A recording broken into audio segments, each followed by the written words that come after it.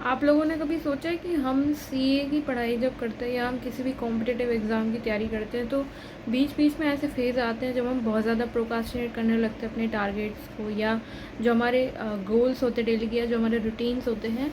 तो ये चीज़ समझने में मेरे को बहुत ज़्यादा टाइम लगा है, and I want to share this कि सबसे बड़ा रीज़न होता है जब हमारा मन ख़राब होता है। लाइक हमें हो सकता है कि हमारे अटैम्प्ट्स लग गए हों, सीए जर्नी में बहुत कॉमन है, या फिर आप किसी और कॉम्पिटिटिव एग्ज़ाम की तैयारी कर रहे हो जिसमें आपको अटैम्प्ट्स लगे हों।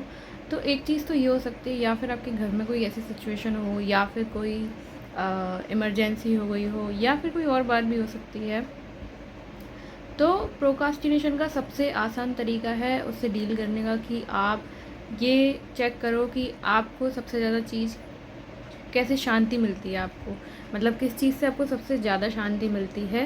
Because it is very important to know our triggers and also to find solution towards them, ठीक है, क्योंकि उनको ठीक करना बहुत ज़रूरी होता है। क्योंकि प्रोक्रास्टिनेशन से मैंने भी डील किया है और मुझे पता है कि 2024 के एंड में एंड 2025 पूरा साल मैंने इतना प्रोक्रास्टिनेट किया है हर चीज़ को, because I was not fixing things inside me.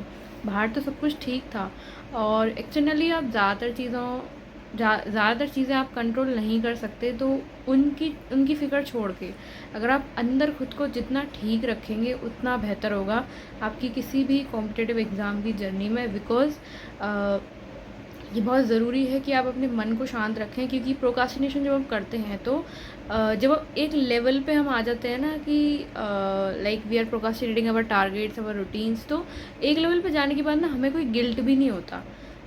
और अगर आपको ऐसा कभी फ़ील हुआ है तो आप इस बात से रिलेट कर पाओगे, क्योंकि ये चीज़ मेरे साथ भी हो गई थी। लाइक आई से कि यार मुझे कुछ नहीं करना, मैं सब कुछ छोड़ देती थी and I procrastinate for days, for weeks. ये मैंने किया है सच में, because I was not fixing things inside me.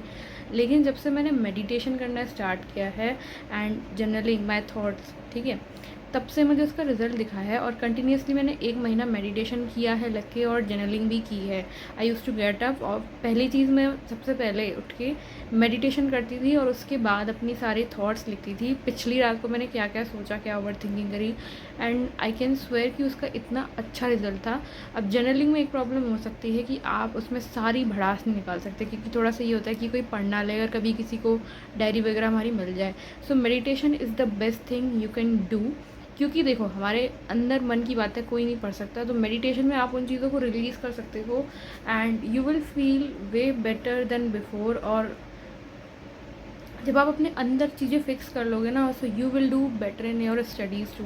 जिस चीज़ को आप 1 घंटे में समझ रहे हो ना, हो सकता है वो कॉन्सेप्ट आपको आधे घंटे में समझ आ जाए। 2 घंटे में आपकी अच्छी प्रोडक्टिविटी निकल जाए किसी सब्जेक्ट में।